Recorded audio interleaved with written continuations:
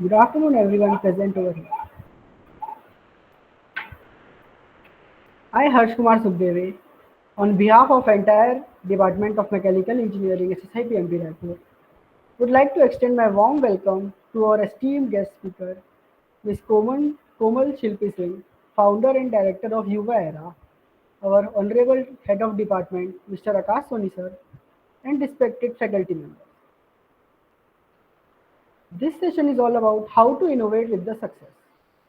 And to discuss this, we have Ms. Komal Shilpi Singh ma'am amongst us. Ma'am has completed her BE in Electronics and Communication and also pursued her MTech in Power Electronics from CSVTU Bhilai. Ma'am is currently working as a businesswoman and following her passion in providing training to students on entrepreneurship education. I would also like to mention some of her latest achievements that she is founder and director of Yuva Era, an online business launcher. She is also academic director in Shaurya World School, and she is also a business consultant and IES trainer. Ma'am, we are very eager to hear your words of enlightenment and encouragement. Ma'am, I request you to please join us on the screen. Hello everyone. Am I audible? Yes, ma'am. Hello. Yes, ma'am. You are audible, ma'am. A warm good afternoon to all of you. I'm Komal Shilpi Singh and I want to start my presentation with PPT. Just give me 1 second.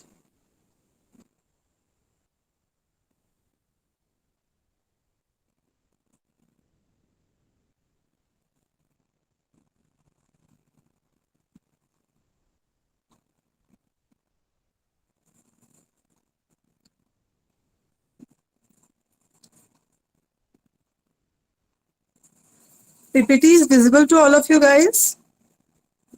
Yes, ma'am. Hello. Yes, ma'am. Yes. I'm starting my session with the topic how to innovate with success. So, guys, the first of all, I want to introduce about innovation and success. मुझे जो topic आप लोगों ने दिया है वो है how to innovate with success. तो दो इस पॉइंट पे आने से पहले एक बहुत ही ब्रीफ वर्ड जो मैं यूज करना चाहूंगी वहां पर वो ये है कि इनोवेशन क्या होता है. इनोवेशन हम सिंपल वर्ड्स में इनोवेशन को क्या कह सकते हैं और टेक्निकल वर्ड्स में जो आपका आईएसओ स्टैंडर्ड है वो इनोवेशन को क्या कहता है. तो उसका डेफिनेशन अगर आप देखेंगे तो आपको पता चलेगा कि innovation is simply state a new और चेंज एंटिटी रियलाइजिंग और रिडिस्ट्रीब्यूटिंग वैल्यू. और अगर आप हमारे वर्ड्स में आएंगे और हम जो प्रैक्टिकल लाइफ इम्प्लीमेंटेशंस के साथ स्टडी करते हैं उनके वर्ड्स में आप बात करेंगे तो it's a process of creating, implementing, introducing something new. मैं इसको एलुबरेट इस तरह से भी करना चाहूंगी कि जब हम कोई भी इनोवेशन करते हैं तो it's not a one thing. ये एक बहुत ही बड़ा सेट ऑफ वर्क होता है. जैसे मान लीजिए कि आपने कुछ सोचा, अब उस सोच को अगर आप एक आइडिया बोल लीजिए या फिर आप एक थॉट बोल लीजिए या प्लान बोल लीजिए, whatever you want to say, तो वो सारा जो सेगमेंट है ना वो सारा सेगमेंट आपका उस प्रोसेस में चला जाता है. जब आप किसी भी मोड को किसी भी वे को चूज करते हैं कि भाई मैंने ये सोचा है अब मुझे इसको इनोवेट करके एक बिजनेस मॉडल में लेके जाना है, चाहे वो आइडिया हो, मेथड हो, डिवाइस हो, सर्विस हो, आपका कोई भी चैलेंज हो या फिर कोई भी पब्लिक इशू हो जिसको आप इनोवेट करके एक सेगमेंट में ले जाना चाहते हैं जो पब्लिकली इम्प्लीमेंटेबल हो. तो वो सारा जो सेगमेंट है वो आपको यहाँ से मिलता है जब आप उस प्रोसेस में जाते हैं.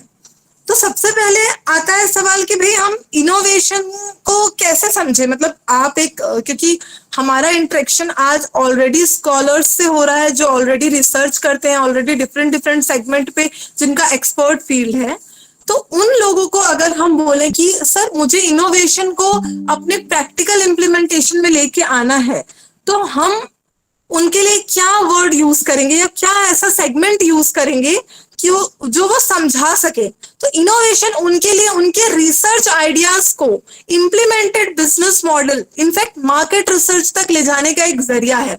तो जो इनोवेशन होता है उसका सबसे पहला थॉट प्रोसेस ये होता है कि भाई मैं कैसे इनोवेट करूं, मुझे कैसे इनोवेशन, मेरी जो रेगुलर थिंकिंग प्रोसेस है, जो मेरा क्रिएटिव थिंकिंग जर्नी है, उसमें किस तरीके से इनोवेशन वर्कआउट कर पाएगा। तो सवाल ये है कि हाउ टू इनोवेट, मतलब आपको कैसे करना है इनोवेशन।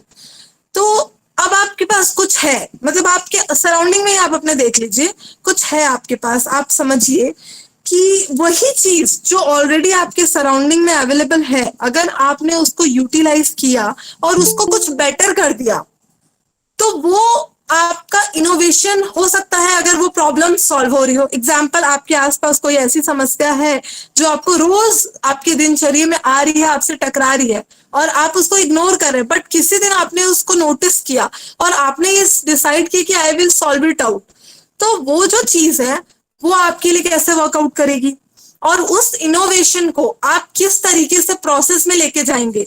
इसमें बहुत लंबा सेगमेंट होता है अलग अलग, कि आप किसी भी मॉड्यूल को उठाने से पहले समझिए कि वो किस तरीके से होगा या किस तरीके से सक्सेसफुल होगा। तो अब मैं आपको एक छोटा सा सेगमेंट बताऊंगी कि इनोवेशन का जो प्रोसेस होता है, पूरी की पूरी जो सेगमेंट जो हम यूज करते हैं रियल लाइफ में, जब हम कोई बिजनेस आइडिया को मॉड्यूलेशन में लेके जाते हैं और हम उस पे अलग अलग उसके छोटे छोटे प्रोटोटाइप्स बनाकर उसको इम्प्लीमेंट करते हैं, हम उसको मार्केट रिसर्च पे लेके जाते हैं, हम उसको रिवेन्यू चेक करते हैं, बहुत सारे ऐसे एक्सपेक्ट्स हैं और बहुत सारे ऐसे सेगमेंट हैं जो इनोवेशन प्रोसेस के अंदर आता है। तो आपको अभी स्क्रीन पे एक फ्लो चार्ट दिख रहा होगा जिसमें सिंपल वे में हम एक्सप्लेन करेंगे इनोवेशन को। सबसे पहला सेगमेंट जो है वो है आपका एक्सप्लोर करने का।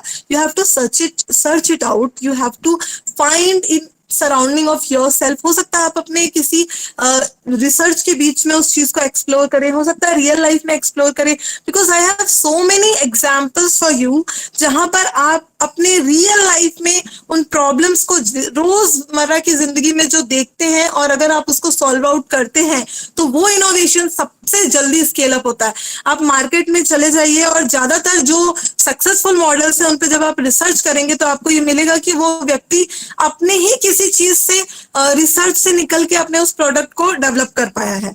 तो सीधी बात है कि अगर आपको कुछ आइडिया मिल रहा है, आपको कुछ एक्सप्लोर हो रहा है, आपको कुछ नया थॉट्स आ रहे हैं, आपकी ब्रेन स्टॉर्मिंग में आपको समझ में आ रही है कि नहीं भाई ये चीजें हैं, तो उसको ट्राई करिए, आप उसको लेके जाइए आगे, उसको सोचिए, उसको डिस्कशन मोड में लाइए। और अगर वो आपका डिस्कशन मोड में आपकी ब्रेन स्टॉर्मिंग में वो निकल के आता है कि नहीं इट्स इम्प्लीमेंटेबल मॉडल, तो आप किसी एक्सपर्ट के साथ उसको शेयर करिए। और अगर लगता है कि ये जो मॉड्यूल आपने सोचा है वो बिजनेस या फिर किसी ऐसे सेगमेंट पे जा सकता है जहां से आपको रिवेन्यू आए, नेम फेम आए या फिर आपकी पहचान क्रिएट हो, तो उस सेगमेंट पे आपको उसको कर देना है। जैसे कि ऑब्वियसली बात है, मैंने आपको पहले भी कहा है, seek problems to solve, go to forward areas. आप अपने ही क्षेत्र पे भी आगे जा सकते हैं, आप दूसरे क्षेत्र पे भी आगे जा सकते हैं। इनोवेशन आपको लिमिट नहीं करता, आप कभी भी इसमें लिमिटेड नहीं है कि आप जिस डिपार्टमेंट से हैं, आप जिस फील्ड से हैं, उसी में आपको इस चीज को कैरी ऑन करना है ना। तो that's the very important point. अब मैं आपको ये भी बताऊंगी कि अगर आपने किसी चीज को डिजाइन किया है, उसके पोटेंशियल्स को समझा है, सॉल्यूशन निकाला है किसी प्रॉब्लम का, तो आपको उस पर छोटा सा प्रोटोटाइप एक्सपेरिमेंट करना पड़ेगा। एक बार आप उसका प्रोटोटाइप एक्सपेरिमेंट करेंगे, एक बार आप एक्सपेरिमेंट को चेक करेंगे मार्केट में जाके, जो थोड़ा और एक्सपेरिमेंट होगा, फिर से अपने डिजाइन पे आएंगे, उसको थोड़ा और रिफाइन करेंगे। तो एक बार आपको इसको लूप प्रोसेस में अपने आइडिया को डालना होगा, और जब आप उस लूप प्रोसेस में डालेंगे तो आपको उसके एक्चुअल इम्प्लीमेंटेशन में आने वाले चैलेंजेस और उसमें जो रिस्क फैक्टर है, उसमें जो बहुत सारे ऐसे सेगमेंट है जो आपको वहां पे क्रैक्स हैं, आपके लिए पिट्स हैं, उसको आपको रिकवर करने में मदद मिलेगी। और इस पूरे प्रोसेस के बाद आप उसको ऑपरेशंस में लेके जाइए। तब आप उसको ऑपरेशंस में लेके जाते हैं और जब आप समझ पाते हैं कि नहीं ये मॉडल इम्प्लीमेंट हो रहा है और इम्प्लीमेंट हो चुका है आपसे, तो आप उसको स्केलेबल फैक्टर में लेके जाइए, जो अलग अलग जनरेटिव, रिप्रोडक्टिव और वो आगे बढ़ेगा। तो जो नेक्स्ट सेगमेंट जो मैं आपको बताना चाह रही हूँ, hello, Yes, ma'am. Yes sir, मुझे लगा मेरी आवाज नहीं सुनाई दे रही है आप लोगों को।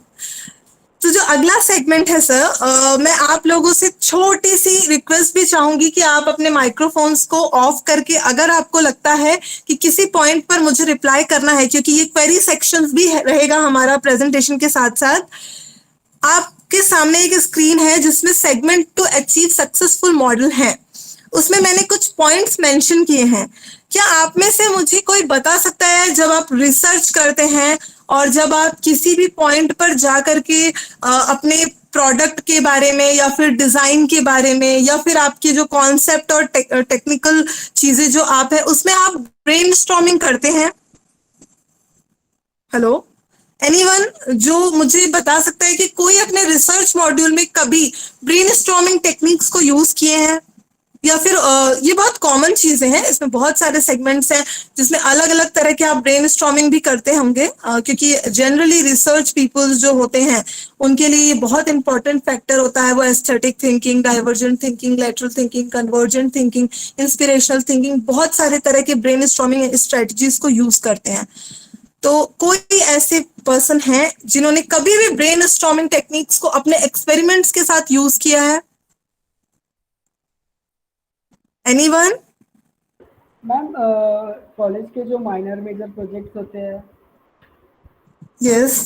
उसमें उसमें हम लोगों ने मैम मतलब ट्राई किया है। अभी जैसे हम लोगों का माइनर प्रोजेक्ट चल ही रहा है, उसमें हम लोग को ओके। मतलब लिखना पड़ता है और बहुत सारे रिसर्च पेपर स्टडी करने पड़ते हैं। ओके। तो सर देखिए, जो मैं आपको आगे बताने वाली हूँ ना, वो एक मैं बहुत ही बेसिक एग्जाम्पल के साथ आपको बताऊंगी, क्योंकि जो पार्ट मैं आपको समझाने जा रही हूँ वो एक्चुअली लर्निंग से ज्यादा थिंकिंग के ऊपर बेस्ड है। आपकी जो सोच है, आपका जो थॉट प्रोसेस है, वही आपके लिए चेंज मेकर है। तो जो सक्सेसफुल मॉडल आप बनाएंगे वो एक्चुअली में आपका एंटरप्रेन्योर मॉडल हो सकता है, बिजनेस मॉडल हो सकता है, आपके रिसर्च पब्लिकेशंस का जरिया हो सकता है, आपके पेटेंट क्वालिटी के लिए यूटिलिटी पेटेंट हो, प्लांट पेटेंट हो, या फिर जो भी डिजाइन पेटेंट हो उसके लिए आपका इंस्पिरेशन हो सकता है। तो सबसे पहले मैं आपको इसके बारे में छोटा छोटा ब्रीफ देती हूँ और आगे के जो सेगमेंट है वो एकदम बेसिक एग्जाम्पल्स के साथ आगे बढ़ते हैं sir. Thank you for your cooperation. अब मैं आपको बताती हूँ कि ब्रेनस्टॉर्मिंग जो है, इट्स अ टेक्निक और ये एक ऐसा जरिया है जिससे हम इनोवेशन को बहुत ही रिफाइंड वे में अचीव कर सकते हैं। जैसे आपको मैं बताना चाहूंगी कि अगर आप ब्रेनस्टॉर्मिंग करते हैं तो बहुत तरह का ब्रेनस्टॉर्मिंग होता है। ऐसा नहीं है कि आपने मतलब कभी जैसा सर ने बताया कि हमने मेजर प्रोजेक्ट्स में किया है, माइनर प्रोजेक्ट्स में किया। एक्चुअली में हर इंसान अगर नॉर्मल लाइफ में एज अ ह्यूमन बीइंग दिन भर में 2 से 6 बार किसी न किसी बारे में ब्रेनस्टॉर्मिंग कर ही लेता है, जो कि सिंपल, जो कि एकदम डाइवर्जेंट थिंकिंग के पॉइंट ऑफ व्यू से होता है। उसमें कोई क्रिएटिव थिंकिंग का इम्प्लीमेंटेशन नहीं होता, बट दे विल। हम हर कोई, अब जैसे मान लीजिए कोई कॉलेज से वापस जा रहा है अपने घर को और रास्ते में बस में बैठे हैं, उनको उनको कुछ कॉन्सेप्ट है जो दिमाग में चल रहा है और उन्होंने उसके बारे में अच्छे से सोचा और उनको लगा कि नहीं ये चीजें, होता है बहुत लोगों के साथ ऐसा होता है, उनको लगा कि नहीं यार ये तो कॉन्सेप्ट थोड़ा सा अगर इस तरीके से करेंगे तो कल हम एक्सपेरिमेंट कर सकते हैं। जनरली लैब में हम, अगर बहुत सारे स्टूडेंट्स के साथ ये फीडबैक भी आया है मुझे कि जब मैम हम लैब में एक्सपेरिमेंट करते हैं ना, तो वो एक्सपेरिमेंट हमारे दिमाग में कंटिन्यूअसली रहता है 24 घंटे या कुछ टाइम पीरियड के लिए। तो ये क्या है, आपके ब्रेन के जो न्यूरॉन्स है वो आपके जो थिंकिंग एबिलिटी है, जो जिसे हम ब्रेन स्टॉर्मिंग का एक पार्ट भी कहते हैं, क्रिएटिव थिंकिंग भी कहते हैं जिसे हम, ये मैं आपको आगे, ये एक्चुअली में आपको जितने भी सेगमेंट यहाँ पे दिख रहे हैं ना सर, ये एक एक बुक्स है एक्चुअल में। ब्रेन स्टॉर्मिंग अपने आप में एक बहुत बड़ा सेगमेंट है जहां आपको कैसे सोचना है, किस तरह से सोचना है, आप किस तरह से चीजों को अचीव कर सकते हैं सोच, उसका पूरा का पूरा फॉर्मुलेशन, एल्गोरिदम और इम्प्लीमेंटेशन है। सेकेंड पॉइंट जो क्रिएटिव थिंकिंग है, वो एक्चुअली में क्रिएटिविटी, आपको पता है क्रिएटिविटी हर इंसान के अंदर किसी न किसी फॉर्मेट में मौजूद होती है, हमको उसको पहचानना होता है। अब कोई हो सकता है रिसर्च वाला पर्सन हो सकता है आर्टिस्ट हो सकता है म्यूजिशियन हो, एंटरटेनर हो, एक्टर हो सकता है वो कोई साइंटिस्ट हो। हर व्यक्ति किसी न किसी फॉर्मेट में क्रिएटिविटी के साथ जुड़ा रहता है। हम मान लीजिए एक कुक हाउसवाइफ भी अगर प्लेट लगाती है और उस प्लेट में डिफरेंट सेगमेंट ऑफ फूड को अच्छे से प्लेटर करती है, तो वो भी उसकी कहीं ना कहीं क्रिएटिव थिंकिंग है ना, कि नहीं मैं जिस तरीके से उसको प्रेजेंट करूंगी तो सामने वाले को अपीलिंग लगेगा। तो ये जो सेगमेंट्स आपको मैं बता रही हूँ, आप रियल लाइफ में रोज अपनी हर दिन इन चीजों को आप महसूस करते हैं, इन चीजों के साथ जीते हैं, बट आप इसको अभी तक कभी अपने रिसर्च के लिए, कभी अपने ग्रोथ और डेवलपमेंट के लिए यूज किए हैं तो बहुत अच्छी बात है, अगर नहीं किया तो आप ट्राई कर सकते हैं। कि बहुत ही कॉमन फैक्टर्स हैं जो हम मिस करते हैं अपने रिसर्च और अपने इनोवेशन जर्नी के लिए। तो सबसे दूसरी चीज जो थी वो मैं आपको बताया, क्रिएटिव थिंकिंग। आपकी क्रिएटिविटी आपके काम को अगर रिलेट कर रही है और अगर आपकी creative thinking active response mode में है तो आपका वर्केबिलिटी फैक्टर बहुत ही इनहेंस हो जाएगा। आप जब किसी भी काम में जाएंगे या कोई भी फैक्टर ऑफ वर्क में अगर आप थोड़ा सा थॉट उस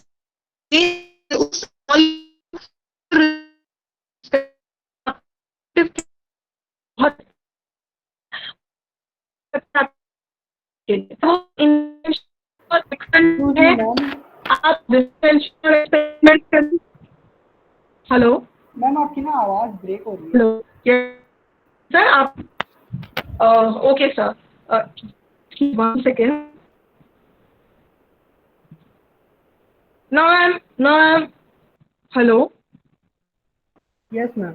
हेलो सर। नो मैम, अभी भी ब्रेक हो रही है आवाज।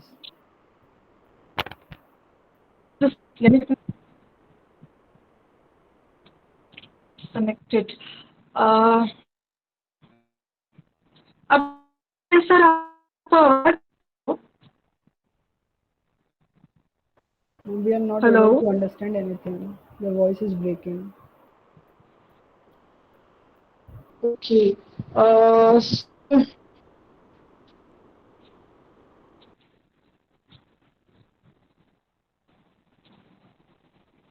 just give me 1 minute, I will reset my internet settings.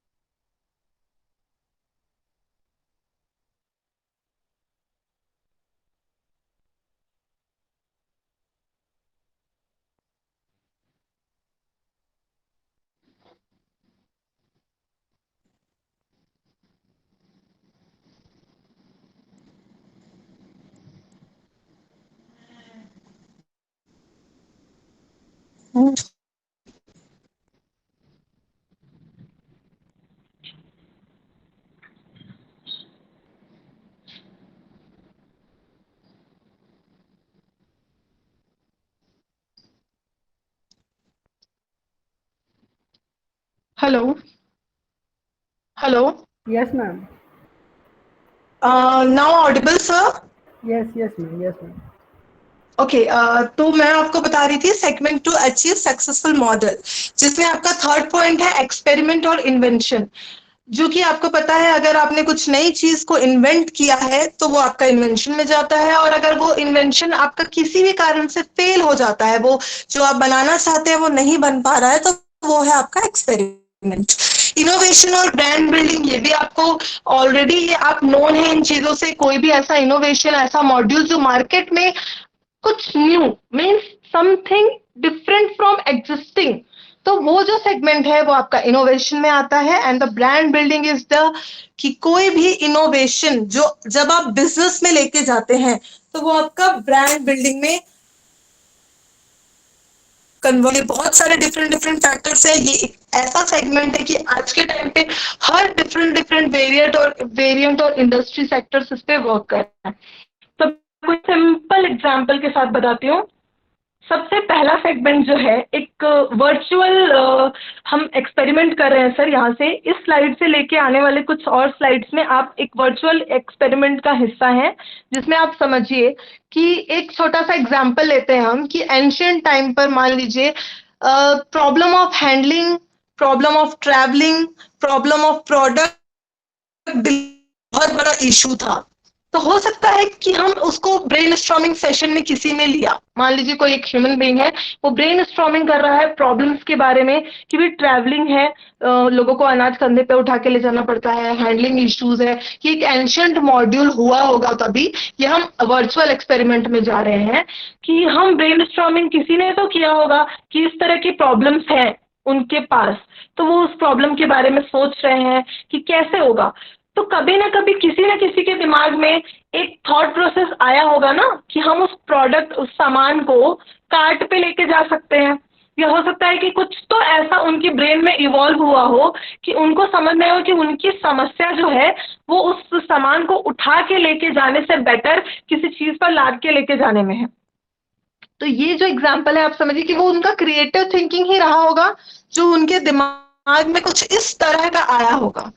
अब इस तरह की चीज को अगर इम्प्लीमेंट करेंगे तो अब आपका मेन जो मॉड्यूल है वो कहाँ चेंज होता है, वो यहाँ चेंज होता है कि भाई किसी ने इन्वेंशन कर दिया स्टोन व्हील्स का, कि स्टोन वाला जो व्हील है वो हम कार्ट में लगा देंगे अगर, तो वो आराम से पहिए पे चला जाएगा यहाँ से वहां।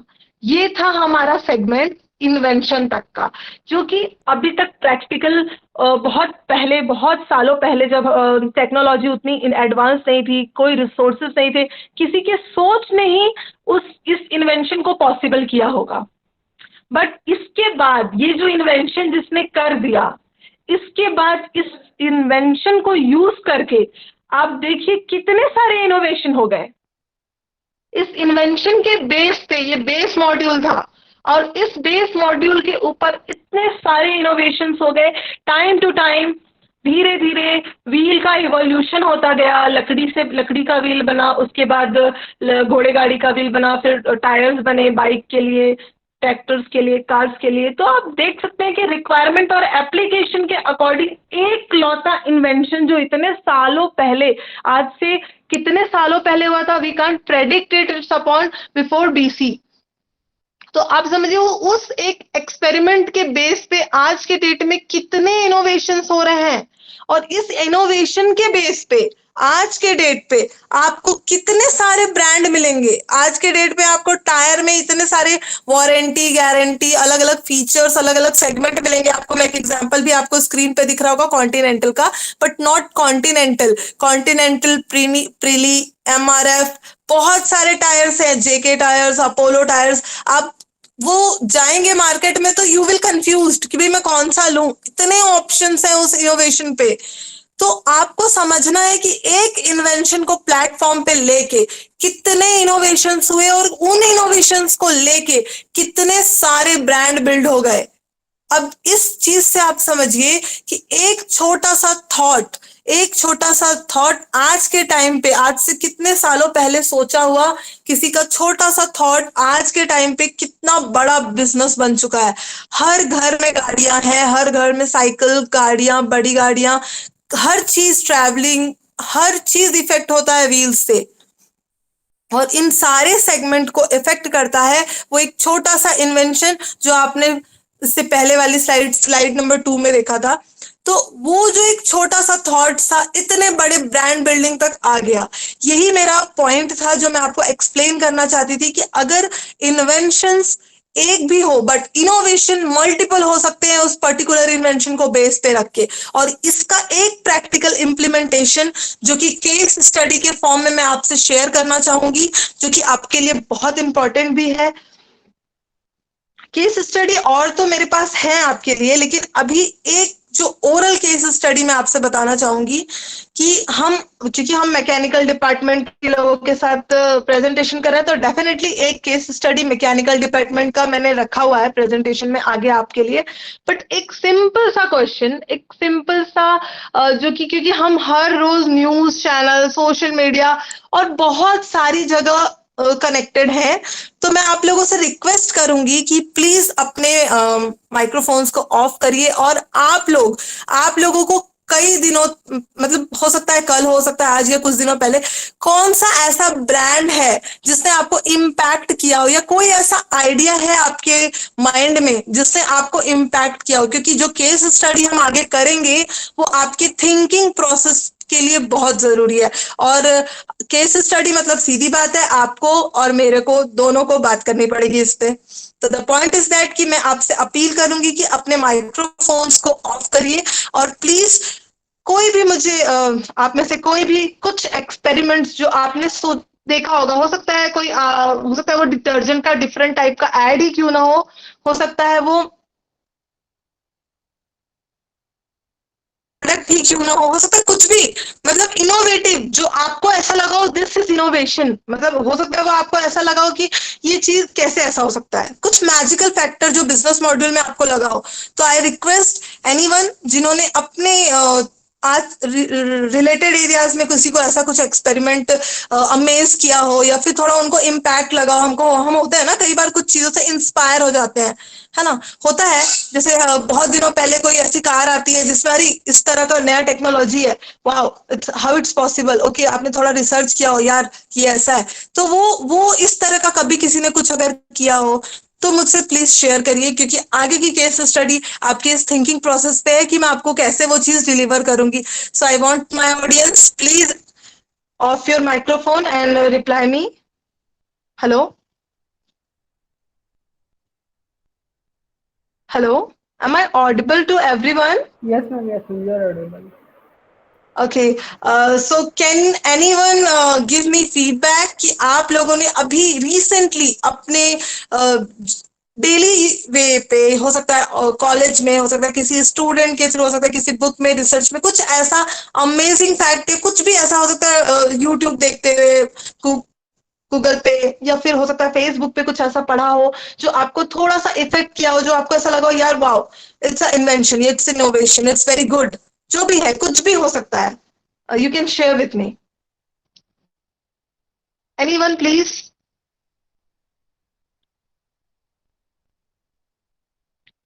आई एम वेटिंग गाइस, कोई भी प्लीज, सर मैम, आप में से कोई भी अगर मुझे सुन रहे हैं और मेरा रिक्वेस्ट समझ पा रहे हैं, तो कुछ भी हो सकता है ऐसा जो आपको अमेज किया हो, क्योंकि ये एक्सपेरिमेंटल चीज है, इट्स नॉट वन वे। मैं अपने एंड से आपको सारी चीजें दिखाकर बताकर आपके माइंड में वो चीज नहीं ला पाऊंगी, क्योंकि अगर आपका रिस्पॉन्स नहीं आएगा तो मेरे लिए थोड़ा सा डिसअपॉइंटिंग है, क्योंकि मैं आगे का बात आपको कैसे समझाऊंगी। सो गाइस एनीवन प्लीज, किसी के पास ऐसा ब्रेन में कुछ आइडिया हो, कुछ थॉट हो, कि उन्होंने कुछ अपना खुद का एक्सपेरिमेंट उनको अमेज किया हो,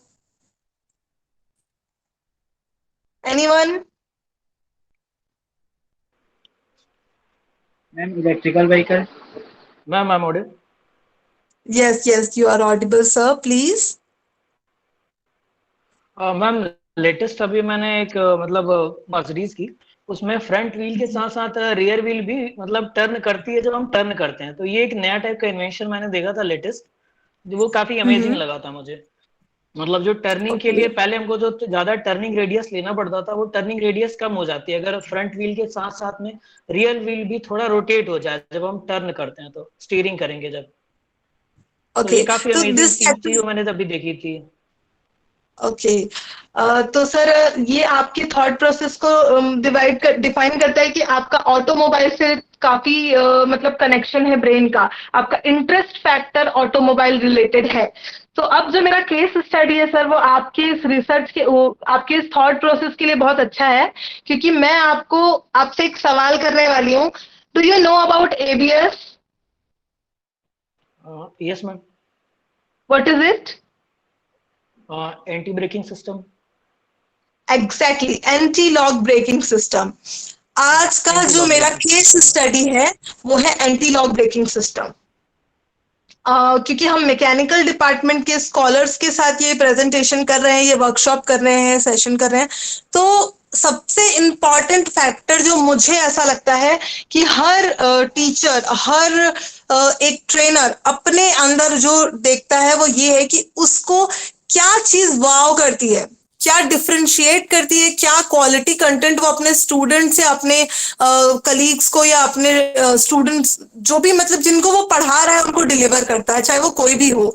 तो द पॉइंट इज दैट कि जब हम कोई भी केस स्टडी करते हैं ना सर या मैम, आप लोगों को ये पता होगा कि हम जब किसी भी मॉड्यूल को समझने की कोशिश करते हैं तो सबसे पहले उसको स्टडी के अकॉर्डिंग जाते हैं कि भाई स्टडी क्या कहती है, किताबों में हमने क्या पढ़ा है उसके बारे में।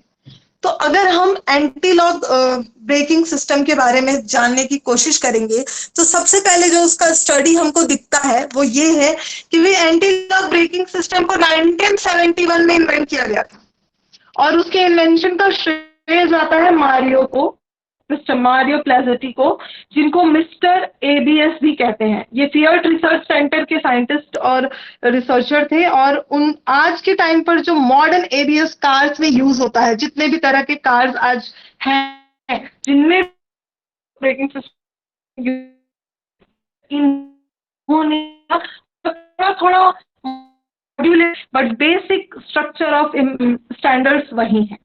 तो स्टडी तो हमें कहती है कि भाई इन्होंने बनाया है और इन्होंने बताया हमें कि ये जो चीजें हैं वो किस तरह से हुई हैं। लेकिन अगर आप इसके बारे में इतना ही जानना चाहते हैं तो ठीक है, लेकिन अगर आप कोई रिसर्चर हैं और अगर आपको समझना है गहराइयों को कि भाई एक एंटी लॉक ब्रेकिंग सिस्टम एक इंसान ने बना दिया, इतना बड़ा रिसर्च उसने कर दिया और वो पूरी दुनिया में छा गया, it's not possible for one person. आपको क्या लगता है कि एक व्यक्ति का एफर्ट होगा ये? हो सकता है अगर आपने किसी के बारे में पढ़ा तो क्या सिर्फ वो एक इंसान की मेहनत है, एक इंसान का रिसर्च है? क्योंकि आज हम आपके पेटेंट्स और आपके एकेडमिक्स में उस पेटेंट का क्या रोल हो सकता है उसके लिए हम ये फैकल्टी डेवलपमेंट प्रोग्राम कर रहे हैं। तो आपके लिए जानना बहुत ज़रूरी है कि पेटेंट कितना बड़ा रोल प्ले करता है आपके रिसर्च और आपके नॉलेज को बचाने में और पब्लिकली उसको लेके जाने में। तो अकॉर्डिंग टू स्टडी तो हमने पढ़ लिया कि मॉडर्न एबीएस सिस्टम जो है वो 1971 में डिजाइन हुआ था, लेकिन थोड़ा सा सोचते हैं, लेट्स रिकॉल द हिस्ट्री, थोड़ा सा इस चीज को हम समझते हैं और आप इसको पढ़िए और आप जानने की कोशिश भी करिए, क्योंकि मैं जो आपको बताने वाली हूँ वो सेगमेंट ये है कि भाई एबीएस सिस्टम की शुरुआत कैसे हुई। अर्ली 90s के समय में सबसे पहले जो एबीएस सिस्टम मीन्स उस समय तो एबीएस नाम नहीं था, ब्रेकिंग सिस्टम, किसी भी स्पीड को कंट्रोल करने के लिए, ब्रेक करने के लिए हमको क्या की जरूरत थी भाई, हमको उसका स्पीड को कम करना होता था, फिर वो रुकेगी। तो ये जो सेगमेंट है इसको सबसे पहले लाने का कोशिश किया गया ट्रेन में। 1908 में जेई फ्रांसिस ने स्लिप प्रिवेंशन रेगुलेटर्स का इन्वेंशन किया जो रेल व्हीकल्स के लिए था। मींस ट्रेन की इम्प्लीमेंटेशन में ट्रेन की स्पीड को कंट्रोल करने के लिए ये चीज सबसे पहली बार सोची गई कि भाई कैसे स्पीड कम करें, क्योंकि उस चीज को हम स्लो मोशन में लेके जाते हैं। यहीं से आइडिया निकला स्पीड ट्रेन्स का। तो कहीं ना कहीं जब आप एक एक्सपेरिमेंट करते हैं तो उस एक्सपेरिमेंट को सपोर्ट करने के लिए आपको बहुत सारे एक्सपेरिमेंट्स करने पड़ते हैं। जैसे कि मैंने आपको पहले भी बताया कि एक कार्ट का आइडिया को इम्प्लीमेंट करने के लिए व्हील का आइडिया इजाद हुआ और उस व्हील के आइडिया ने आज इतना बड़ा इंडस्ट्री खड़ा कर दिया। सिमिलरली आज का जो एंटी लॉक ब्रेकिंग सिस्टम है वो उस थॉट प्रोसेस से स्टार्ट हुआ था कि भाई स्पीड को कैसे कंट्रोल किया जाए।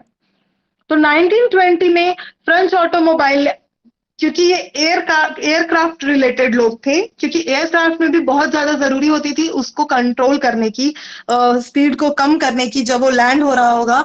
तो उस समय इन लोगों ने एक एक्सपेरिमेंट किया, एक ऐसा हाइड्रोलिक ब्रेकिंग प्रेशर क्रिएट करके सिस्टम तैयार किया जो एयरक्राफ्ट पे ब्रेक लगा सके। और इन्होंने टायर जो स्लिप होती थी लैंड करते समय उसकी जो पॉसिबिलिटीज है उसको कम करने की कोशिश की। क्योंकि मैं आपको इसके और भी जो तथ्य हैं वो आप जब इसको रिसर्च करेंगे ना गूगल पे या फिर विकिपीडिया पे तो हो सकता है आपको और चीजें मिले, लेकिन मैं जो आपको बताने की कोशिश कर रही हूँ वो मैं कार कैटेगरी के लिए आपको लेके जाऊंगी आगे, बट मैं सबका इंट्रोडक्शन दे रही हूँ ताकि आपको थोड़ा समझ में आए कि जब 1920 में इसका रिसर्च हुआ तो ये फेल हो गए, ये इम्प्लीमेंट नहीं कर पाए। क्योंकि आप जब इसके डिटेल आर्टिकल्स पढ़ेंगे तो उसमें आपको डिटेल में मिलेगा कि जो फ्रेंच ऑटोमोबाइल के जो इंजीनियर्स थे उन्होंने अपने एक्सपेरिमेंट में 30% तक अचीव कर लिया था ब्रेक लगाने का सेगमेंट, लेकिन उसके बाद उनका टायर बर्स्ट हो जाता था, जिस वजह से ये ब्रेकिंग सिस्टम वर्क नहीं कर पाया और उनको ये आइडिया वहां पर डंप करना पड़ा। लेकिन 1928 में एक जर्मन इंजीनियर है कार्ल वेसल, उन्होंने सक्सेसफुली बोलना चाहिए हमें कि एक proper method of system create किया जिससे ब्रेक पॉसिबल्स हुए, वो ब्रेक लगा पाते थे व्हीकल्स में।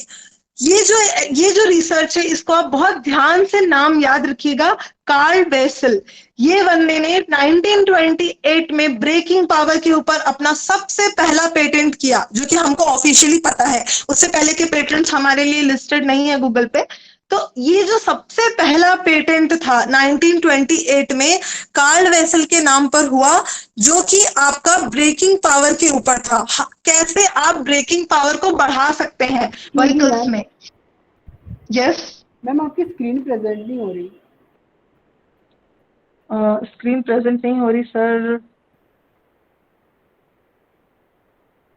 1 सेकेंड सर, मैं एक बार वापस से कनेक्ट करती हूँ।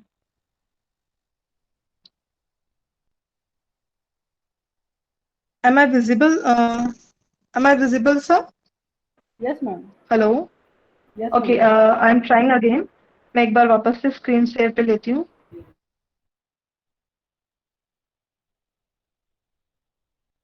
अब आपको व्यू हो रहा है sir? Yes ma'am. Hello, yes ma'am. ये विजिबल है? यस ओके, तो जैसा कि मैं आपको बता रही हूँ कि आपको मैंने 1928 का एग्जाम्पल बताया कि सबसे पहला पेटेंट जो था मॉड्यूलेटिंग ब्रेकिंग पावर के ऊपर वो लिस्ट हुआ, और इसके 8 साल के बाद ये जो पर्सन है रॉबर्ट बुश, ये भी एक नाम बहुत ज्यादा इंपॉर्टेंट है। आगे जाके आपको इस नाम से बहुत सारी ऐसे आश्चर्यजनक तथ्य मिलेंगे जो कि यहाँ पर आप समझ नहीं पाएंगे, आगे आपको मैं इसको एक्सप्लेन करने वाली हूँ। रॉबर्ट बुश जो है, उन्होंने 8 साल के बाद इसी कैटेगरी में, इसी चीज में अपना एक पेटेंट किया जो पब्लिक नहीं हुआ था उस समय, क्योंकि जो वेसल थे उन्होंने सिर्फ ये पेटेंट किया, उस मॉड्यूल को डेवलप नहीं किया प्रोडक्ट में। उनका पेटेंट सिर्फ और सिर्फ पेपर पे था, उसका प्रोटोटाइप और उसका जो डिजाइन था या फिर उसका ऑनलाइन ओरिजिनल वर्किंग जो था वो नहीं बनाए, वो प्रोडक्ट में नहीं लेके आए। जो बुश है, रॉबर्ट बुश ने सिमिलर पेटेंट इसी कैटेगरी में 8 साल के बाद फाइल किया और वो पेटेंट उनके नाम से है, लेकिन उनका भी मॉड्यूलेशन नहीं हो पाया, वो उस पेटेंट को प्रोडक्ट में डिजाइन नहीं कर पाए। अब आते हैं, समय बीतता गया, 1950s में एबीएस सिस्टम के ऊपर आपको बहुत सारे ऐसे रिसर्च आर्टिकल्स मिलेंगे, क्योंकि इस समय बहुत सारे अलग अलग कंपनीज ने अलग अलग, चाहे वो एयरक्राफ्ट रिलेटेड हो, रेल व्हीकल से रिलेटेड हो, मोटरसाइकिल के लिए, कार्स के लिए इसका इम्प्लीमेंटेशन किया। लेकिन इस कैटेगरी में कोई भी सिस्टम एक्सपेंस के कारण, क्योंकि बहुत ज्यादा उसके प्राइसेस हो जाते थे जब वो सिस्टम इम्प्लीमेंट करते थे, कुछ सिस्टम रियलेबल नहीं हो पाते थे, वो कोई भी डिजाइन प्रॉपरली नहीं हो पाया जो कि रियल टाइम में यूज हो पाए। तो इस तरीके से 1950s के दौर पे काफी सारे आर्टिकल्स, काफी सारे पोर्टल्स में आपको मिलेंगे जहां एबीएस के रिलेटेड रिसर्च होने लग गया। बहुत सारे अलग अलग साइंटिस्ट ने, जर्मन साइंटिस्ट ने, अलग अलग कंट्री, यूके के साइंटिस्ट ने, कंपनीज ने, एयरक्राफ्ट कंपनीज ने ये रिसर्च किया, और एट द एंड 90s के समय में एक ऐसा कॉन्कॉर्डिक एयरक्राफ्ट है, ये कंपनी थी उस समय की, उन्होंने electronic anti lock braking system develop किया एयरक्राफ्ट के लिए। इस रिसर्च को बेस पर रख करके आगे जाके 1966 में जेनसन एफएफ ने पहली रोड कार फीचर की, जिसमें एबीएस मींस वो एबीएस नहीं था, वो ब्रेक फोर्सेस के ऊपर एक सिस्टम था जो उस कार में उसने इंप्लीमेंट किया। ये रेस कार थी। तो जो सबसे पहला रोड कार आप बोल सकते हैं जिसपे एबीएस का इम्प्लीमेंटेशन हुआ, वो 1966 में हुआ, लेकिन ये ब्रेकिंग सिस्टम उतना सक्सेसफुल नहीं था। इसलिए हम इसको उस तरह का प्रॉपर नहीं मानते। बट क्यों नहीं मानते उसका रीजन भी है, क्योंकि ये एक स्पोर्ट्स कार थी और इन्होंने मैक्सरेट एंटी लॉक सिस्टम को यूज किया था स्टॉपिंग डिस्टेंस को इंप्रूव करने के लिए। बट वो सिस्टम बहुत ज्यादा एक्सपेंसिव था उस समय के हिसाब से, जो रेगुलर यूज नहीं किया जा सकता था। तो 1970 में लिंकन कॉन्टिनेंटल मार्क 3 ने सबसे पहली कार इक्विप्ड की जिसमें एंटी लॉक ब्रेक के स्टैंडर्ड्स थे, बट वो भी आपका एबीएस नहीं था, क्योंकि बहुत सारे सेगमेंट पे टर्निंग के समय, जैसा सर ने कहा कि अभी उन्होंने अपना एक्सपीरियंस शेयर किया कि वो अमेज करता है, वो सेफ्टी फैक्टर है एक्चुअली में उस व्हीकल का।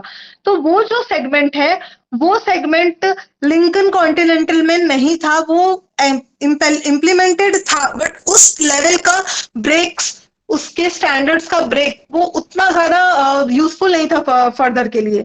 तो इन सारे रिसर्च को अपने सेगमेंट को, इतने सारे अलग अलग आर्टिकल्स को आगे लेकर के मिस्टर मारियो प्लेजेटी ने एक एबीएस सिस्टम डिजाइन किया 1971 में। फिएट रिसर्च सेंटर, ये क्योंकि ये गाड़ियों का ही रिसर्च, ये एक इंडस्ट्री थी उस समय में जो कार्स के लिए करती थी। You all know about fiat.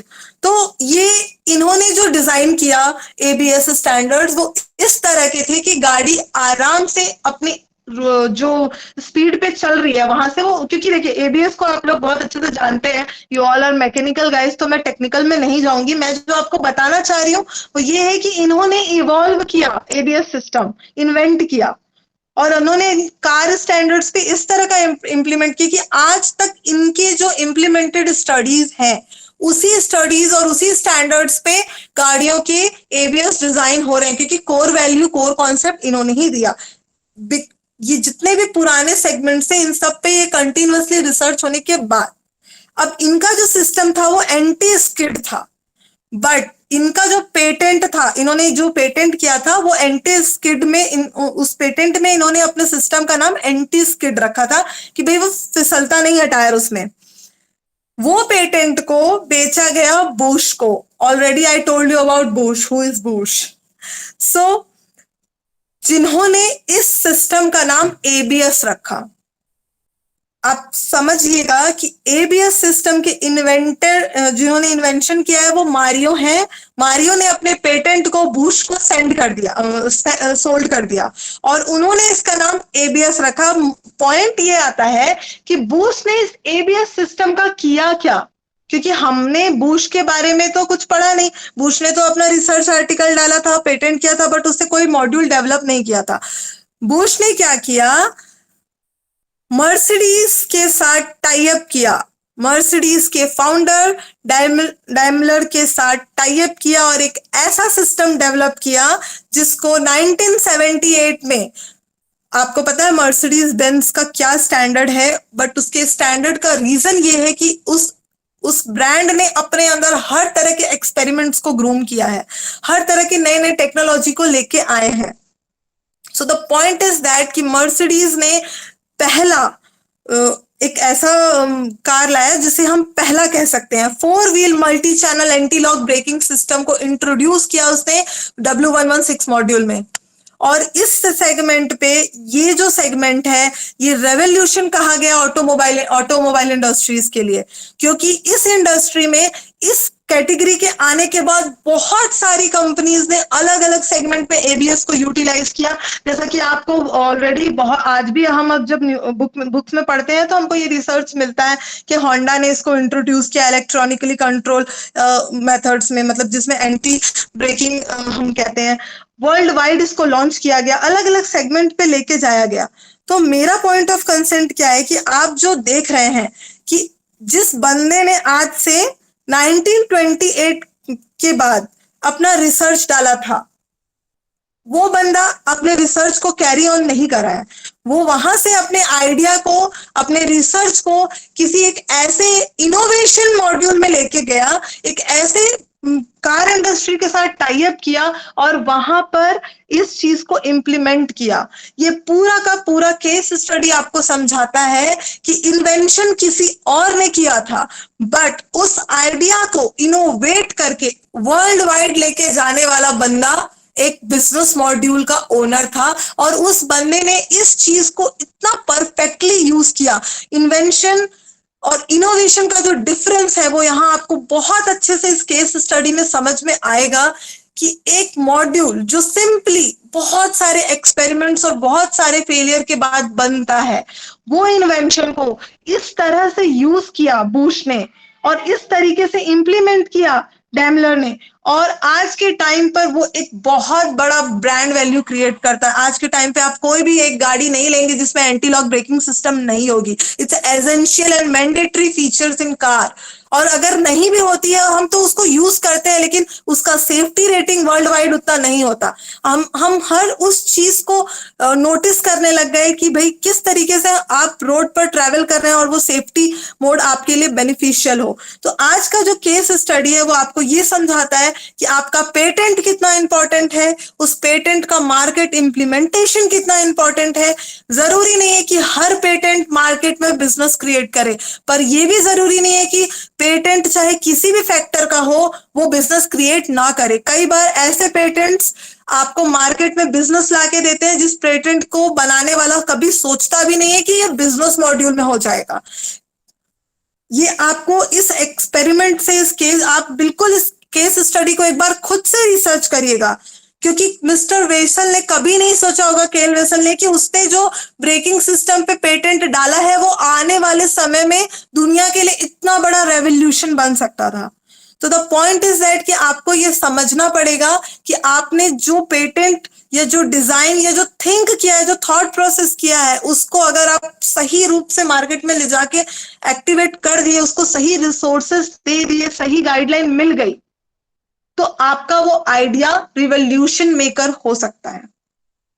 इस पूरे प्रेजेंटेशन का मैं जो आपके साथ इतना सारा डिस्कशन कर रही हूं, इस पूरे प्रेजेंटेशन का इकलौता सार यही है, इनोवेशन मॉड्यूल और सक्सेस मॉड्यूल, और चाहे आप business brand, multiple brand, senior entrepreneurship, आप किसी के भी बारे में बात करिए, आपको ये सेगमेंट समझना पड़ेगा कि चाहे वो इन्वेंशन हो, इनोवेशन हो, आपको कुछ भी आपके माइंड में अगर आ रहा है तो उसको एक सेकेंड चांस दीजिए, क्योंकि if you want you can connect the concept to scalable reality.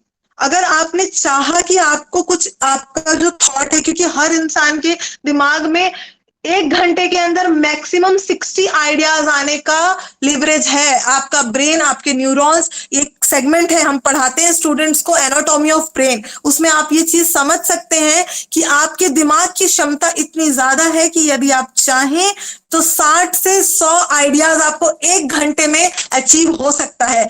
But आपके दिमाग को ये भी सेगमेंट पे जाके आप उसको एक्सपेरिमेंट कर सकते हैं कि वो सिर्फ एक ही आइडिया पे अपने दिमाग को फोकस करे, ब्रेनस्टॉर्म करे और उसको इम्प्लीमेंटेशन लेवल तक अचीव करे। So that's the very important factor which I want to share with you all, कि आप लोग टीचर्स हैं, ट्रेनर्स हैं और एक ऐसे सेगमेंट पे हैं जहां पर हर रोज कई सारे न्यू ब्रेन्स, ऐसे मतलब क्लियर माइंड्स आपको मिलते हैं जो एकदम रॉ मटेरियल हैं, उनके दिमाग में बिल्कुल एक्सपेरिमेंट्स और आइडियाज और इम्प्लीमेंटेशंस के बारे में कुछ नहीं है। वो सिर्फ सोचते हैं कि मैम मेरे पास ऐसा आइडिया है, मैम क्या, जो क्वेरीज करते हैं, जनरली स्टूडेंट हमसे बहुत सारी क्वेरीज करते हैं, इट मीन्स उनका ब्रेन जो है वो वैलेंस बैंड में नहीं है, वो कंडक्शन बैंड में है। जो स्टूडेंट्स, जो टीचर्स, जो रिसर्चर्स और जो फेलो के दिमाग में क्यूरियोसिटी आती है, मीन्स उनका क्रिएटिविटी फैक्टर बहुत हाई है। तो हर जिन व्यक्ति का हाई है वो वेल एंड गुड, वो उसको और हाई करे, और जिनका हाई नहीं भी है, जिनको थोड़े कम भी है ये फैक्टर्स, वो भी चाह करके अगर वो उस चीजों को समझने की कोशिश करेंगे, वो अगर इस चीजों को इम्प्लीमेंट करने की कोशिश करेंगे, तो डेफिनेटली वो ब्रेनस्टॉर्मिंग टेक्निक्स का यूज कर सकते हैं, क्रिएटिव थिंकिंग अप्रोचेस में जा सकते हैं, जहां से वो इन चीजों को इम्प्रूव कर सकते हैं, अलग अलग सेगमेंट पे लेके जा सकते हैं।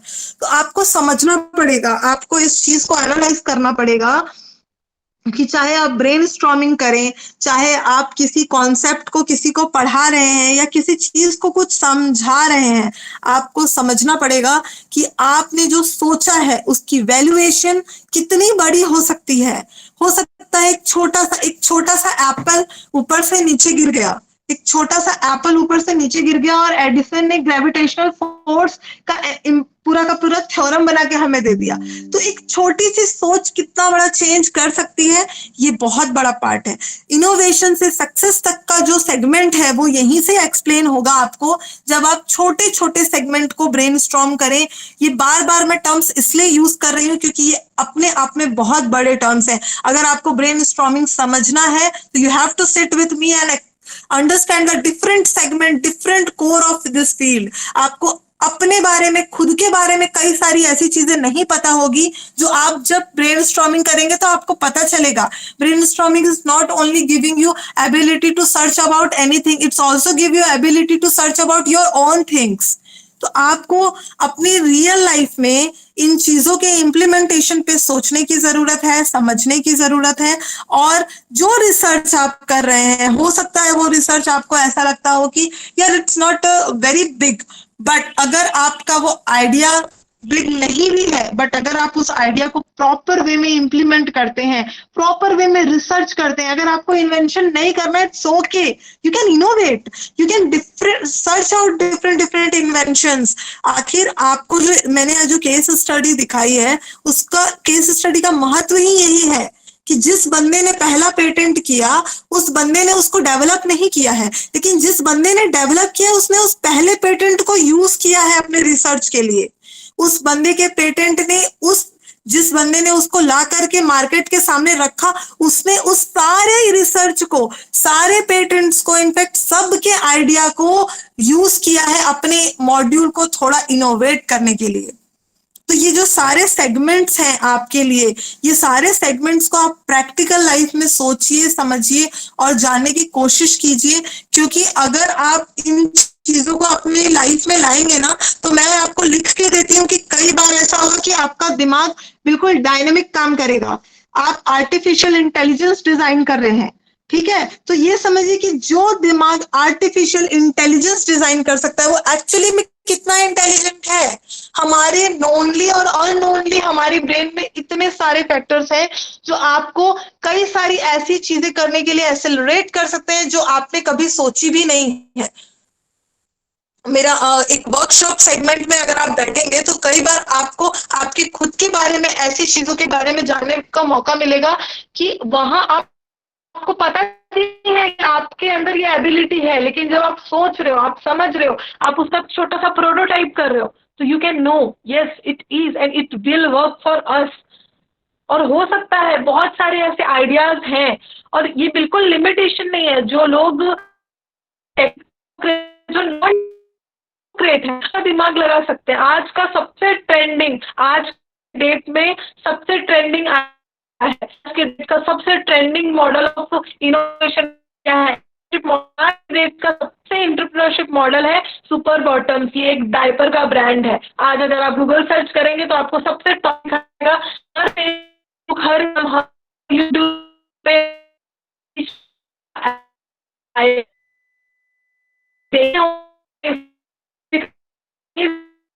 दिख ही जाएगा सुपर बॉटम।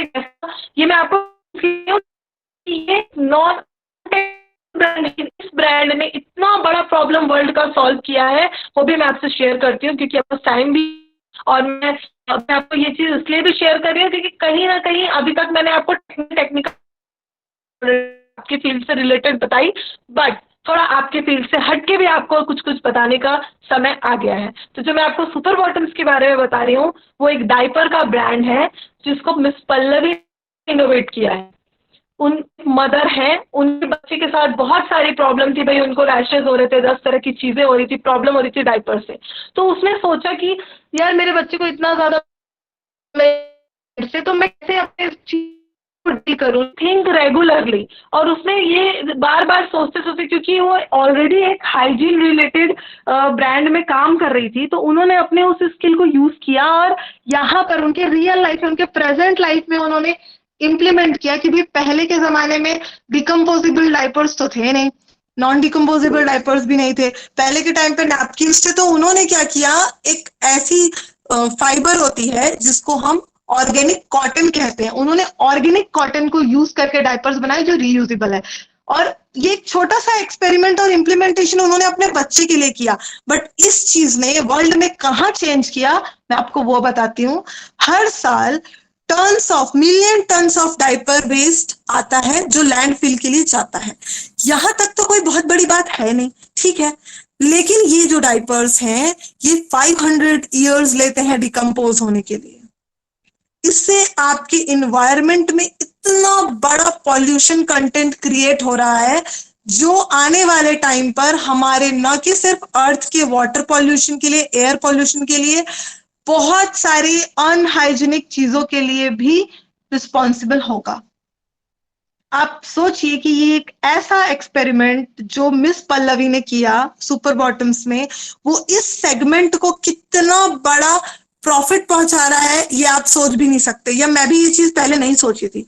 अगर आप बैठ के थोड़ा ब्रेन स्ट्रॉम करिए कि मिलियन टन्स ऑफ डायपर को लैंडफिल में रोज की डेट पे, डेली वेज पे India, in fact all over world में ये वेस्ट जा रहा है और इसका कुछ भी हमको अल्टरनेट नहीं मिल रहा है। उन्होंने एक ऐसा कंटेंट निकाला जिससे बच्चे को भी बेनिफिट हो रहा है, मदर्स को, वो रियूजेबल है, 300 to 400 टाइम आप उस डायपर को यूज कर सकते हैं। तो समझिए एक डायपर जो वन टाइम यूज करके वेस्ट में चला जाता है वो आपका मनी, आपका इन्वायरमेंटल पॉल्यूशन और दूसरी चीज आपके बच्चे को जो रैशेज होते हैं, जो प्रॉब्लम्स होते हैं, वो सब कुछ क्रिएट कर रहा है। तो ये एक इतना छोटा सा आइडिया मिस पल्लवी का वर्ल्ड लेवल पे चेंज मेकर हुआ है। हॉल्ट ने इसे बहुत अच्छे से अप्रिशिएट किया है वर्ल्ड में। इनके ब्रांड को कई सारे बड़े बड़े मीडिया पब्लिशर्स ने पब्लिश किया है क्योंकि ये आज के डेट का ट्रेंडिंग चेंज मेकर है। तो ये आप समझिए कि एक छोटा सा इनोवेशन कहीं ना कहीं इस इन्वायरमेंट के लिए बहुत बड़ा काम कर गया और इन्होंने इनके ब्रांड को आज हिट कर गया। तो एक कहाँ आपका आइडिया, कहाँ आपकी सोच आपको डिफर करके पब्लिक में हाईलाइट कर दे, कहाँ आप इस दुनिया को प्रॉफिट पहुंचा दे और कहाँ आपका एक छोटा सा सोच, एक छोटी सी समस्या का समाधान दुनिया की बहुत बड़ी समस्या का समाधान बन जाए, यू कांट इमेजिन। कभी किसी ने नहीं सोचा था, उन्होंने खुद भी नहीं सोचा था कि वो जो करने जा रही है, जो रिसर्च वो कर रही है उसके लिए वो इतना बड़ा रोल प्ले करेंगी।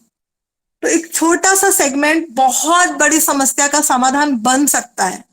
It's a change maker. हम हमेशा बात करते हैं, हम जब भी सेशंस में जाते हैं हम हमेशा ये चीज समझाते हैं कि you are not just a thinker, you are a change maker. Your brain have ability to change everything. So that's very important to understand.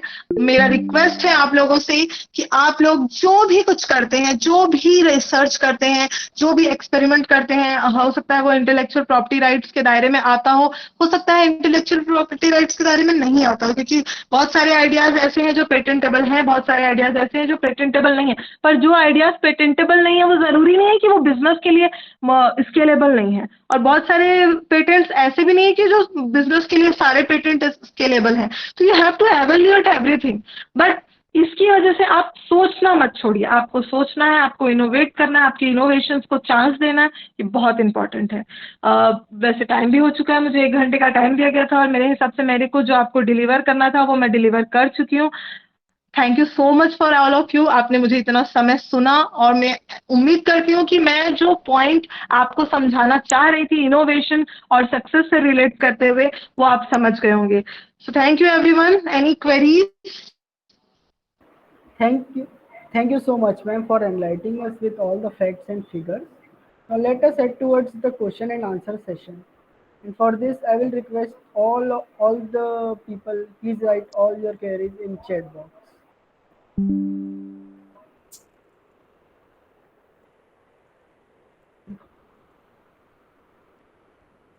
Ma'am, we have 2 questions. First Yes. question is from Sheikh Mubin. Where do innovation जी program go wrong? Okay, where to innovation program goes wrong. Yes, ma'am. देखिए sir, ma'am, मैं आपको ये चीज इसलिए समझाने की कोशिश कर रही हूँ क्योंकि कई सारे एक्सपेरिमेंट और कई सारे इनोवेशन प्रोसेस फेल हो जाते हैं because of the culture of work. सबसे पहला फैक्टर, जब आप कोई इनोवेशन के लिए प्रोसीड कर रहे हैं और आपका जो इनोवेशन प्रोसेस फेल हो रहा है, वो आपका वर्किंग कल्चर पे बहुत डिपेंड करता है।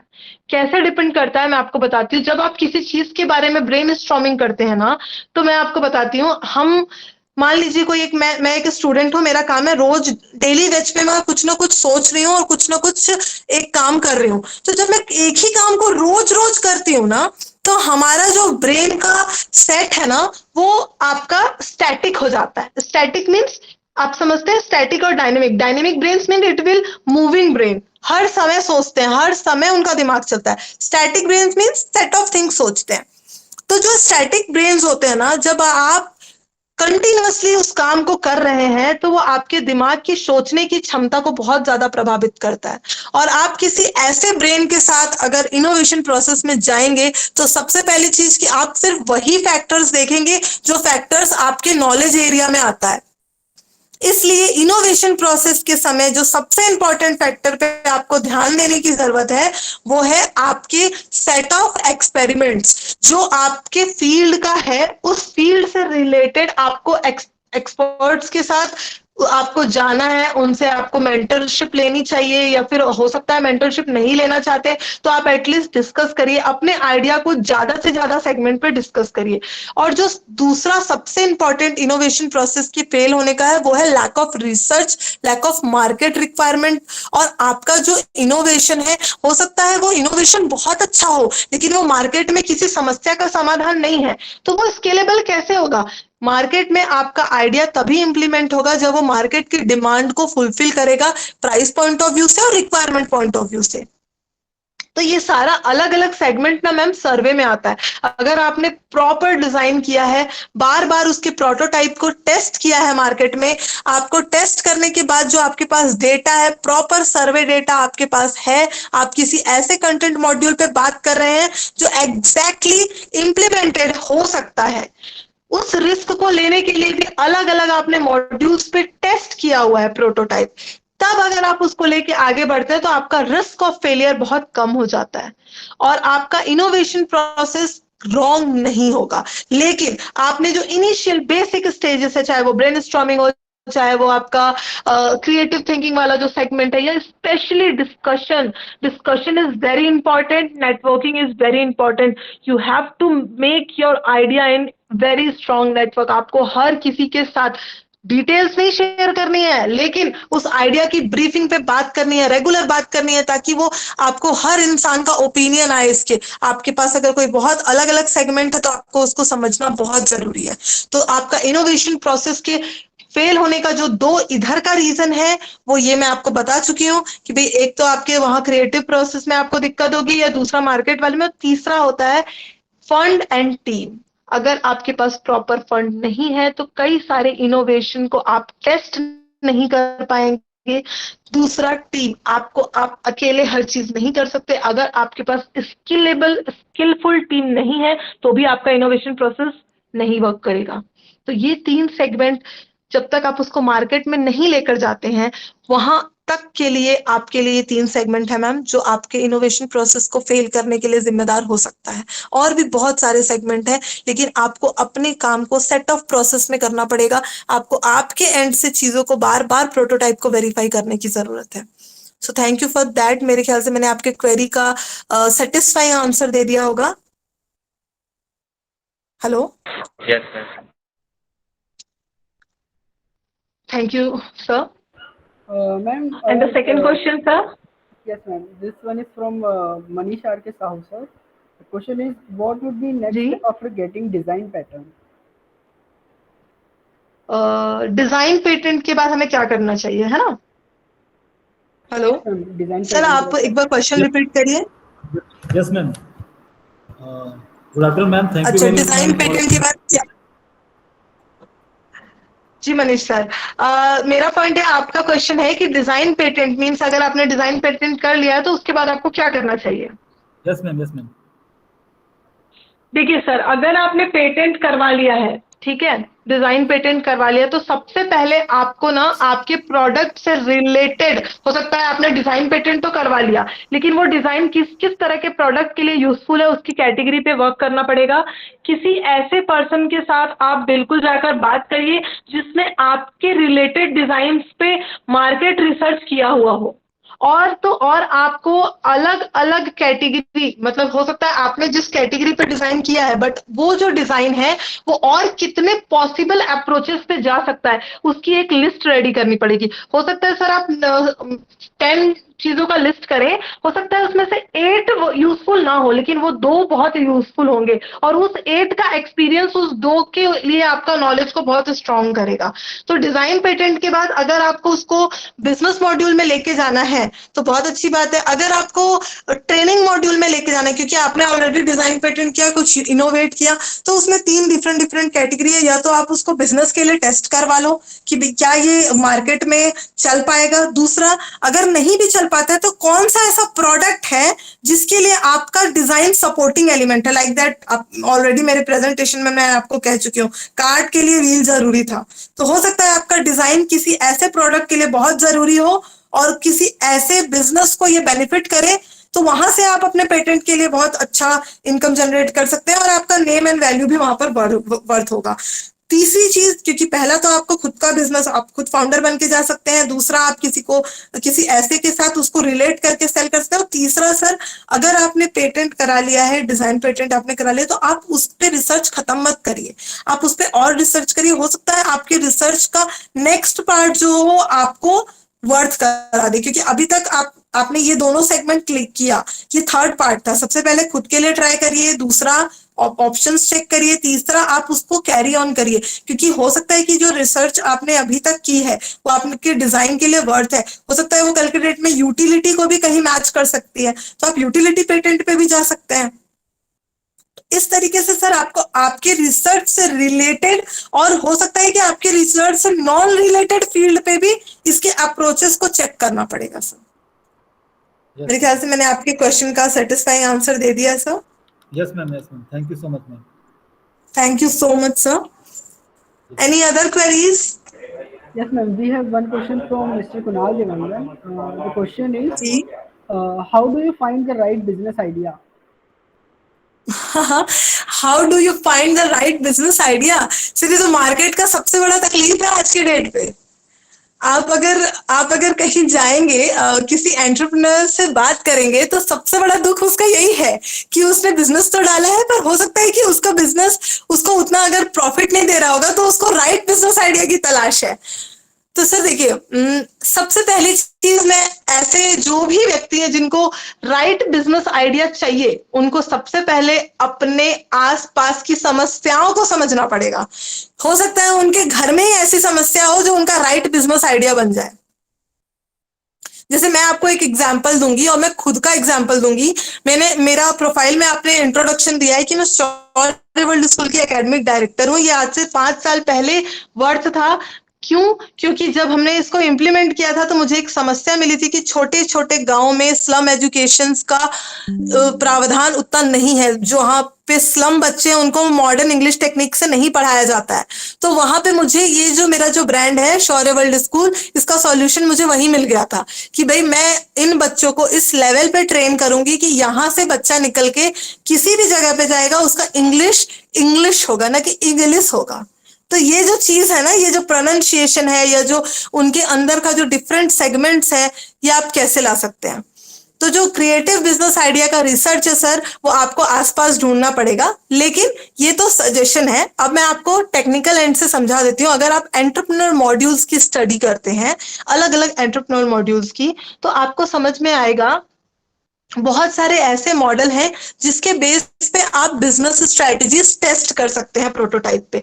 आपके पास अगर कोई छोटा सा ब्रेन में थिंक है, आप उसको, मतलब आपके पास कुछ ऐसा थॉट है, आप उस थॉट को कनेक्ट करिए एक प्रोटोटाइप। सिंपल आप वर्चुअल एक्सपेरिमेंट भी कर सकते हैं। जैसे हमने एक वर्चुअल एक्सपेरिमेंट किया, सोचा उसके बारे में, आप उसको सोचिए और अलग अलग एंटरप्रेन्योर मॉडल के साथ रिलेट करके सोचिए। और अगर उन मॉडल से अगर आपको ऐसा लगता है कि हाँ ये जो आइडिया मैं सोच रहा हूँ ये मार्केट के लिए वर्थ हो सकता है, तो उसके बाद आप उसको अप्रोच में लेके आइए। तो मेरा कंसेंट पॉइंट ये है कि राइट बिजनेस आइडिया आपको तब मिलेगा जब आप अपने से एक अप्रोच लेते हैं कि मुझे ये चीज करनी है और उसके बारे में बार बार सोचना है, उससे रिलेटेड चीजों का डेटा कलेक्ट करना है। तीसरा सेगमेंट जो है ना सर राइट बिजनेस आइडिया का, ये आपका एंटरप्रेन्योरशिप नहीं होगा, क्लियर बता रही, ये बिजनेस आइडिया है कि मार्केट में जो सबसे ज्यादा चलता हुआ बिजनेस आइडिया है उसको उठाइए, कॉपी करिए, उसमें थोड़ा सा इनोवेट करिए और इंप्लीमेंट करिए। जैसे कि जोमेटो का फूड पांडा सबसे पहला, आपने जोमेटो का नाम तो सुना ही होगा, बट जोमेटो किससे इंस्पायर्ड है, जोमेटो कहाँ से आया? जोमेटो फूड पांडा का कॉपी है, और फूड पांडा का कॉन्सेप्ट छोटे छोटे शहरों के लिए इम्प्लीमेंटेबल नहीं था, वो बहुत बड़े बड़े टायर 1 सिटीज में आया है और उन्होंने सबको फूड डिलीवरी किया। लेकिन उसके मॉड्यूल से इंस्पिरेशन लेके जोमेटो ने किया, स्विगी ने किया, और बहुत सारे आज फूड डिलीवरी एप्स आप देखते हैं जिन्होंने ये मॉड्यूल किया। तो एक जो सही नहीं बोलना चाहिए, जो बहुत एक पॉजिटिव अप्रोच आइडिया है कि जो successful model, entrepreneur model market में है, आप उसको उठाइए, उसमें इनोवेशन कीजिए और उसको अप्रोच करके इंप्लीमेंट कीजिए। लेकिन सर इसमें बहुत बड़ा रिस्क ये है कि आप एक ब्रांड के साथ भी फाइट करेंगे। तो अगर आपकी ब्रेन की जो क्रिएटिव रिस्पॉन्स है वो अगर हाई है तो यू कैन फाइट इट। आपको अगर लॉसेस से डर नहीं लगता, आपको अगर फियर फैक्टर जो होता है ना फेलियर का, वो अगर कम है तो यू कैन इंप्लीमेंट इट, और ये आपका राइट बिजनेस आइडिया हो सकता है। क्योंकि अगर आपके अंदर एक्सपेरिमेंट करने की क्षमता है, रिस्क फैक्टर एनालिसिस करने की क्षमता है, तो आप डेफिनेटली इस तरह का चांस ले सकते हैं और ये आपके लिए कारगर साबित होगा, आई विल टेल यू।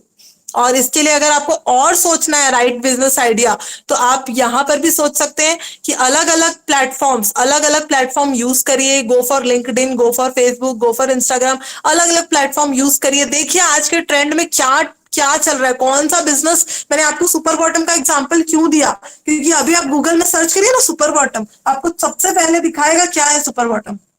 आप अगर YouTube पे कई बार वीडियोस और मूवीज देख रहे होंगे तो बीच में आया होगा इसका ऐड। तो what is it? It's a trend. तो आपको अगर आप ट्रेंड में अवेयर रहेंगे ना, ट्रेंड अलर्ट बोलते हैं इसको, हमारे टेक्निकल एंटरप्रेन्योरशिप ट्रेंड टर्म्स में ट्रेंड अलर्ट कहा जाता है। अगर आप ट्रेंड अलर्ट वाले सेगमेंट पे हैं, आपका जो प्लेसमेंट है वो ट्रेंड अलर्ट है, तो आपको डेफिनेटली आपका क्रिएटिव बिजनेस आइडिया मिल जाएगा जिसमें आप ग्रूम कर सकते हैं। आई थिंक मैंने आपका आंसर दे दिया है sir. Anything else? Yes, ma'am. Thank you, sir. That answers all our questions. Thank you for clearing all the queries, ma'am. Okay sir, तो मेरे ख्याल से सेशन और कुछ आपके एंड से अगर लगता है तो बताइए, अदरवाइज मेरे ख्याल से तो सेशन मेरा ओवर हो चुका है। On behalf of entire Mechanical Engineering Association, I extend heartily vote of thanks to our guest speaker, Ms. Komal Shilpi Singh, who spared time from her busiest schedule to grace us. Today we had an opportunity to hear your thoughts, and this will surely be going to encourage us. Thank you so much, ma'am. Sir मेरा request रहेगा, आप लोगों को अगर मुझे feedback करना है या कोई क्वेरी है तो काइंडली komal.hiwara@gmail.com पे मुझे मेल डाल सकते हैं। आप मुझसे कनेक्ट हो सकते हैं फेसबुक पे, और उससे भी